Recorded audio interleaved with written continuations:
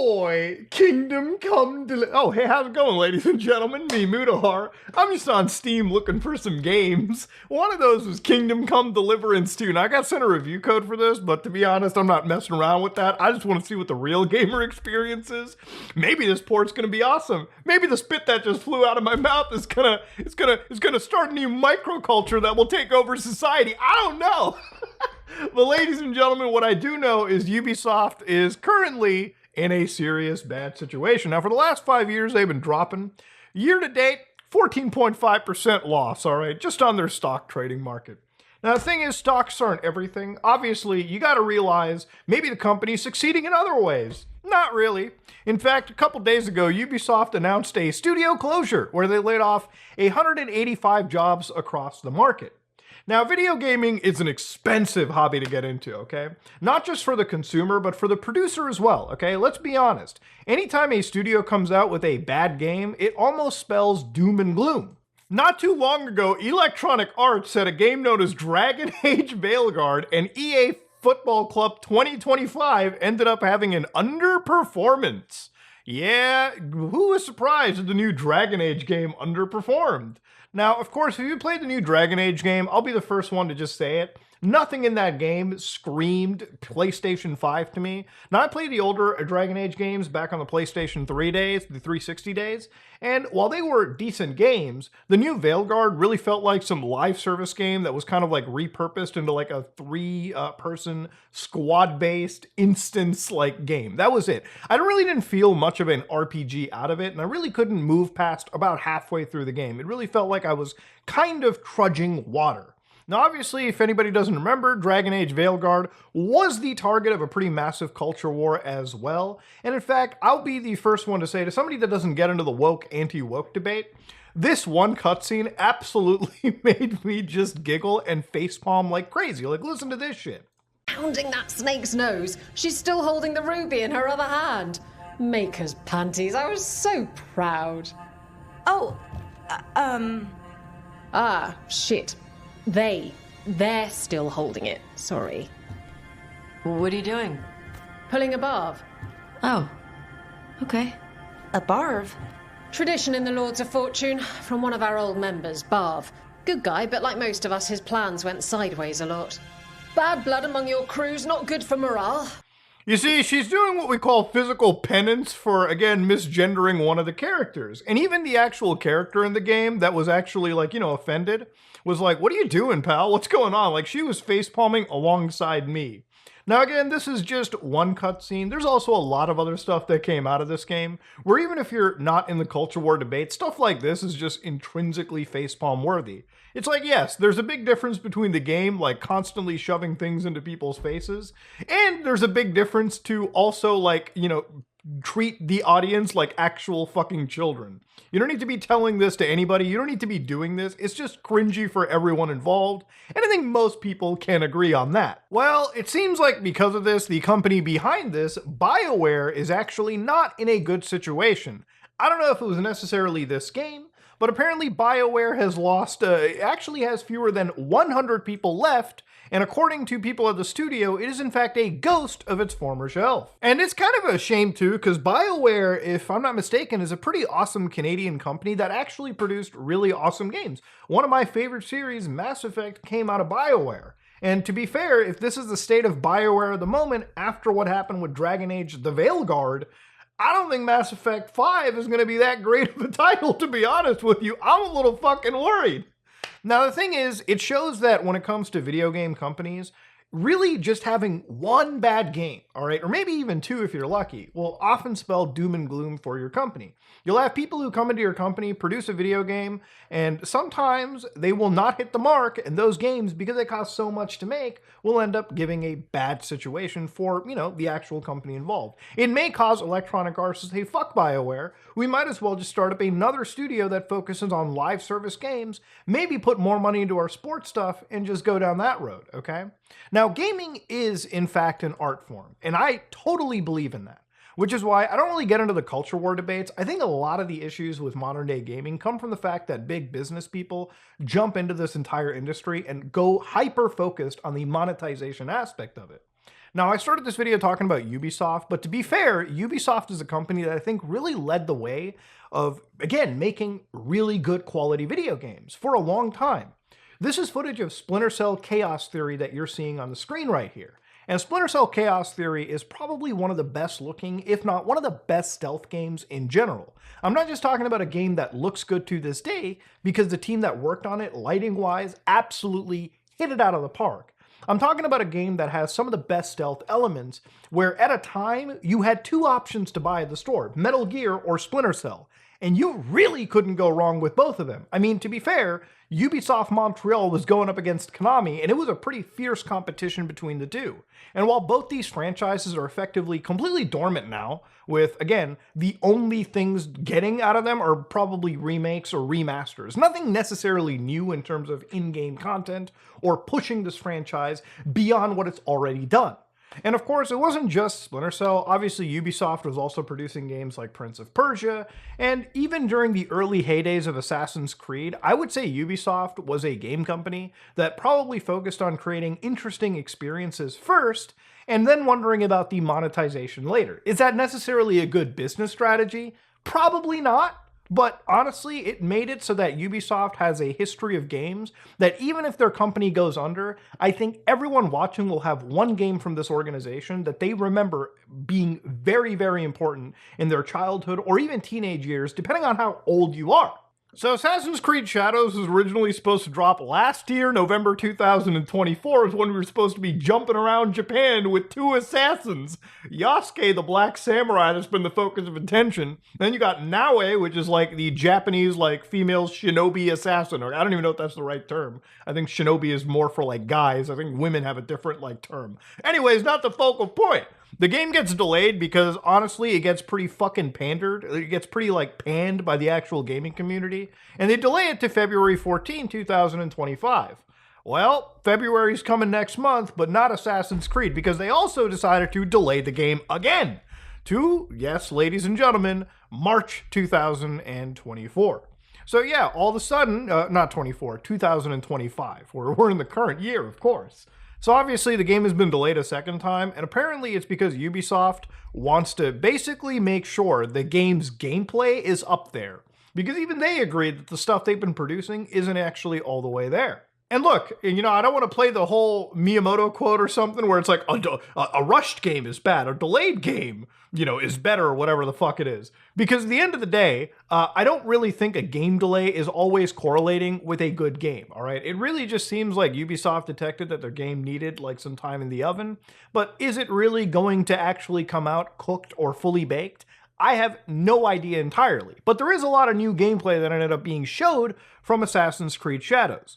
Now, before we go into it, obviously we kind of have to recap some of the actual, controversy around it. Assassin's Creed Shadows dropped with, again, Yasuke being like the main character, which for the first time in this franchise, for some reason, Ubisoft decided instead of having like a completely optional and fictional character in the lore, we're going to have somebody who is apparently new. And of course, this started a whole debate between people asking, is Yasuke really a samurai? Is he not a samurai? Wikipedia turf wars were being held, and people were questioning sources for historical accuracy, okay? And mind you, this is a game where you can beat the fucking shit out of the Pope in the Vatican and discover an almost like, precursor race living within. But that's not even the point of the entire thing. People were arguing about the actual historical accuracy of the Assassin's Creed franchise, why they decided to go down this road, and of course, Ubisoft, being Ubisoft, seems like they've kind of called this character back a little bit. So all the recent actual leaks and all the actual showcases of the game have been focusing more on Naue, because obviously she might be the least problematic of all the assassins to be showing. Maybe instead of the black guy, it might be easier to show the Japanese woman to the actual audience. So a couple days ago, there was a hentai website. God damn, do I love talking about this shit sometimes because it's so goofy. There was a hentai website that had a massive leak of an art book where they went even in depth into showing other characters in this game. Now obviously the art book and the leaks are not something that I can show you, not because it's on a hentai website or anything. It's literally just because I think Ubisoft would put a bullet into my head if I decided to showcase anything that is way before the available release date. But what's funny too is like I've started to see like people gas this game up for really no reason. Like apparently one of the things that I saw floating around was apparently you can go prone and like sneak around, and that was adding to the game's actual like stealth mechanic. Which is like, it's cool that the game is doing that. But let's not forget, okay, ladies and gentlemen, beyond just having like simple, goofy stealth, they're not really doing anything in Assassin's Creed Shadows to like reflect what their older games or really, being an assassin represents, right? Like one of the things that really was super duper awesome for games like Assassin's Creed Unity, which again is a game that is almost 10 years old at this point, was a game that introduced things like black box missions. Actually, they brought that back for Assassin's Creed Mirage as well too, albeit I don't think it was as impressive as whatever we saw in Unity. But yeah, the ability for, again, Ubisoft to take a game to a next generation, or I guess the current generation with the PS5, they're not really doing anything in the game to actually warrant this level of like, excitement, right? Like the stealth or any of the gameplay that I've seen is just effectively the same stealth that I've seen in all the other like previous big RPG focused Assassin's Creed stuff. This one that I saw being gassed up was apparently next level water and boating mechanics. Okay, are we ready for this one, ladies and gentlemen? Let's laugh at this shit. So right over here, you can see that our character is running around and just hijacking the boat, which is something you could do in like, the other recent Assassin's Creed stuff. But of course, even things like basic water physics and like caustics, again, it's like everything that I'm seeing in this is not even anything different from like Assassin's Creed Origins, Assassin's Creed like fucking Valhalla. I mean, to be honest with you, if this wasn't Japan, you could easily confuse this with any of the other Assassin's Creed stuff that has effectively come out. In the time that they've taken off, they've showed some of the new like combat gameplay. So this is Yasuke with like the katana and everything. And like, to be completely honest with you guys, ladies and gentlemen, I don't know if it's like other games that have come out like Rise of the Ronin or more specifically Ghost of Tsushima, but this whole like excitement for a fucking video game set in Japan, an Assassin's Creed title, has effectively been taken away. Like ever since I played Ghost of Tsushima, it's like, why am I even waiting for a game that doesn't look as good as that game and also doesn't have the same interesting, fun combat gameplay? Everything that we've seen over here is quite literally just Assassin's Creed that we've seen for the last few generations. Like nothing here even seems like it's really using the PlayStation 5 or the Xbox Series X to any real capacity. And look, like I said, there's been reviewers that have played this game for like 5-6 hours apparently, and some of them have said it's good. Some of them also say it doesn't match even like Splinter Cell's level of stealth, which even for an Assassin's Creed game, I wasn't fucking expecting. But like, again, for Ubisoft's last Hail Mary, seeing the gameplay that's being hyped up for this right now just doesn't have me that blown away. Now, the reason I'm talking about the gameplay so heavily here is that, again, this game is a huge, huge target for current culture war stuff, right? There's a lot of people that are bringing up the fact that this game basically treats Japanese history like a fucking Mad Libs or like choose your own adventure novel, which to an extent you can kind of agree with, especially with a lot of their public relations stuff where like they've held events where they were just literally placing fucking like props that were from like, I believe animes like One Piece. It's actually insane how people dug that out. So yeah, there's genuinely a bit of like distrust. And even if you're like a Japanese person and these guys are making a game set in your country and they're getting basic stuff wrong or they're not treating it as seriously, yeah, I could imagine being a little bit pissed about it too. But there's also a level of culture war where I feel like we've reached Jack Thompson levels of asking for like censorship or outrage. For instance, one of the wildest things I saw over here was it's revealed that Ubisoft delayed the release of AC Shadows to March 20th, 1995. I don't know about you, dog, but 1995 was a long fucking time ago. I don't know if we discovered time travel. Have you seen Ubisoft's stock price? They can't afford no fucking flux capacitor. The same day when the 30th anniversary of the worst terrorist attack in post-war Japanese history. I can't even begin to describe how disrespectful this is. So you're looking at like AC Shadows, it's released on March 20th, 2025, right? And then you go a little bit further into it, it's like, oh no! The Tokyo subway sarin attacks, which obviously are really bad. Like I would say it's probably like Tokyo's version of like 9/11. It's like a pretty serious attack. And then like, again, if you weren't like an Outrage merchant, you could like go and look up what Xenoblade Chronicles like X release date is, which is like the new, like the Switch up-res port. Oh, what's that? When is Nintendo releasing this game on? Oh shit, March 20th, 2025? Like, dog, it's just a date, bro. I doubt it's that serious. And again, this is like the level of like discussion we're having. You know, trying to talk about this game, and look, I don't think AC Shadows will be a massive success. It's kind of weird, like you can go to like Amazon and you can start to see like, yes, 2,000 of these games have been like pre-ordered in like the last month, which is fucking stupid, by the way, because ladies and gentlemen, why are you pre-ordering a game that is, again, even the physical copy requires the internet to install? Just buy it digitally at that point, okay? Why are you buying e-waste, okay? It's like, even if it's a digital copy, what do you think they're gonna run out of like files for you to download? Stop pre-ordering games. You get nothing out of them anymore, okay? Even the fucking 40-minute quest they give you is a waste of your time and intelligence. Stop pre-ordering video games, okay? Let them come out, wait for a fucking review, and then make your decision, all right? Because what if the game drops like Cyberpunk 2077 and it runs like shit? Then you have a pile of shit on a Blu-ray disc waiting to be installed. Anyways, I'm gonna have like a BP attack right now if I keep going down this road.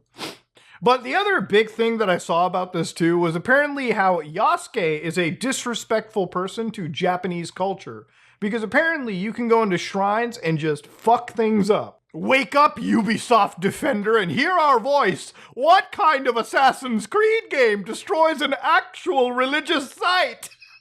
Have you played Assassin's Creed 2? I made a video on it not too long ago. Yeah, you actually go into the fucking Vatican and basically disrespect, I would say, Catholic religion right there. I would say most Assassin's Creed games basically like say every single world religion is full of shit. Whether you're a follower of Christianity or Islam or anything, remember, in Assassin's Creed lore, you're just basically some slave race from a precursor, highly technologically advanced group called the ones that come before, okay? All right, those who come before. Seriously, play the entire Assassin's Creed franchise and just realize how batshit insane the story gets to. But yeah, what happened over here was this one 20-second clip released where Yasuke was at one of the shrines in the game causing what appears to be disrespect. Watch this.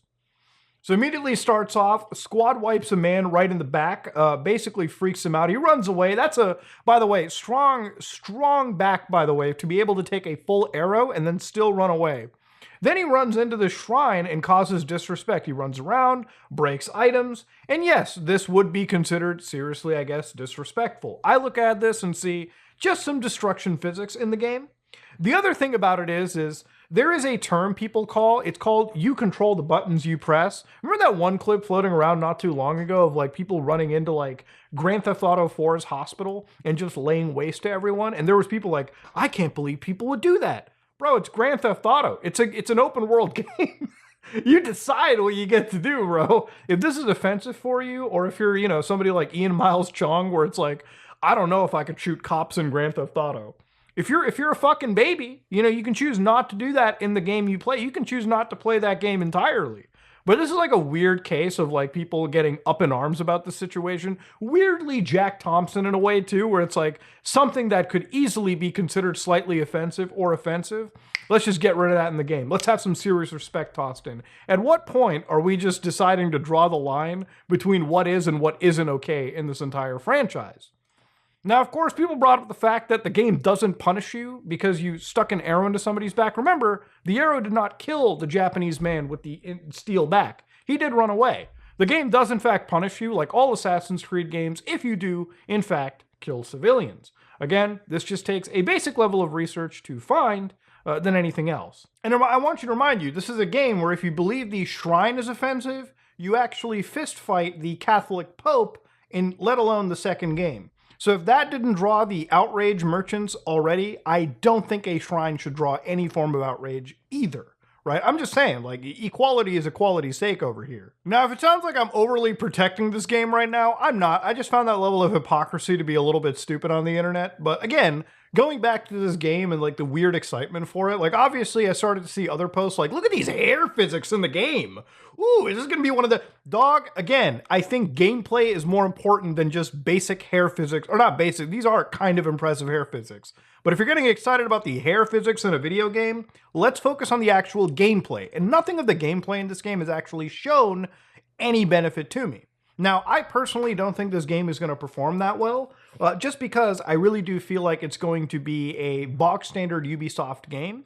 And it's not going to be something that has like a level of passion put into it like Ghost of Tsushima or even Rise of the Ronin, or really any other game that's already basically taken the wins out of the sail. Had those games not existed, it would have been exciting to play a game set in feudal Japan with a stealth action twist to it. But this game feels like what a Tenchu game might even try to be, what those games might try to be. This is honestly like not really the most impressive effort put by Ubisoft.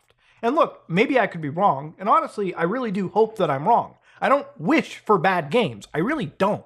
But I do wish for games that actually have a lot more, passion put into them versus games that are most likely designed to be monetization vectors. Now, if you played the last Assassin's Creed game, Valhalla, which again, going back to the respect and the point for that, it's also a game that allowed you to like raid entire monasteries with churches inside them, by the way, too. So if you're not offended by that, I don't think the shrine shit should really be offending you, okay?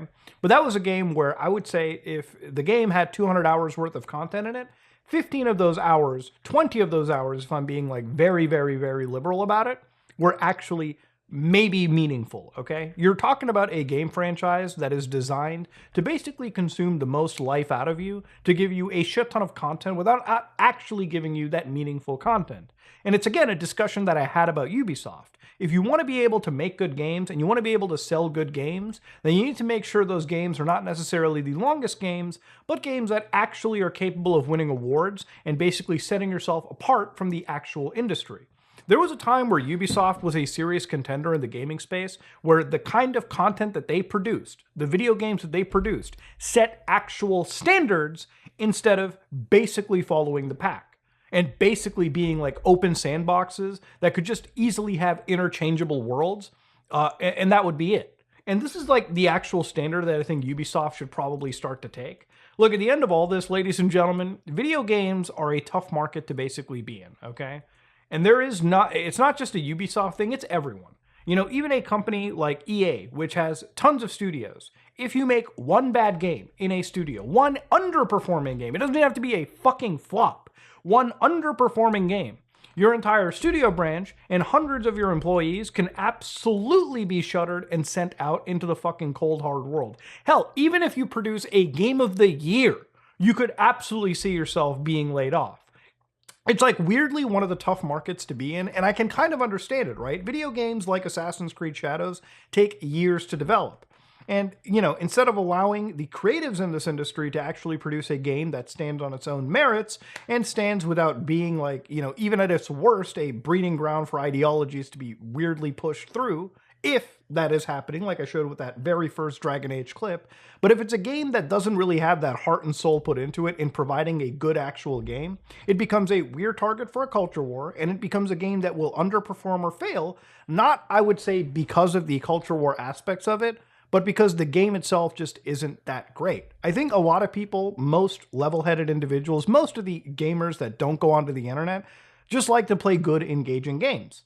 And for them, Assassin's Creed Shadows is not failing, or it's not going to be a underperforming game, if that, because of the fact of its choices in what its protagonist is going to be, or, weirdly, if it's respectful or not respectful to historical sites, it's going to be an underperforming game because they're going to follow the same tropes and same fucking shit that they've had to deal with in the last several games. Which, if you ask any normal gamer, it's just not fun. It's maybe fun for like 10, 15 hours, but when you got to be doing this shit for 50, 60 hours just to pad out game length, that's when people drop off and not even get to the credit screen. And that might probably be the biggest shame in any kind of game out there.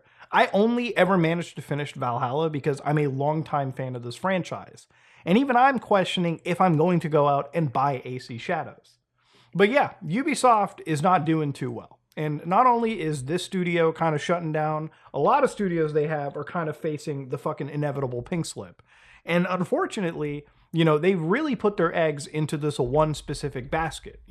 There's very few successful games that I see at a company like Ubisoft, maybe something like Rainbow Six Siege for now. But given the fact with recent changes to that, I don't know how long that success is even going to go. But for a game company like Ubisoft, again, having something like Assassin's Creed Shadows being delayed for the second time and finally coming out in a couple months, this game better slap.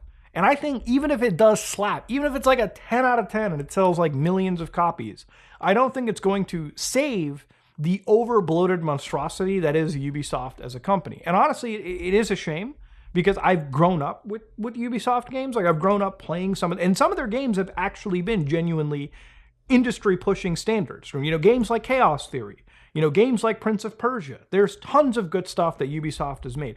Even Rainbow Six. If you were my age and you were younger during the 360 era, you played games like Rainbow Six Vegas, Rainbow Six Vegas 2. You've played tons of their stuff, and it's genuinely enjoyable stuff that they've produced.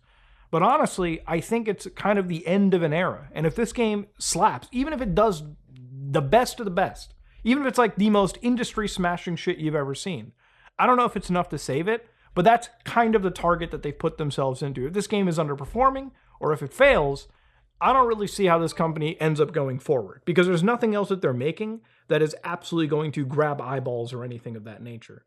But if you like what you saw, please like, comment, and subscribe. Dislike it if you dislike it. I wanted to talk about it because I've just been seeing AC shadows everywhere, and I wanted to get my word out. If you like what you saw, please like, comment, and subscribe. Dislike it, I am out.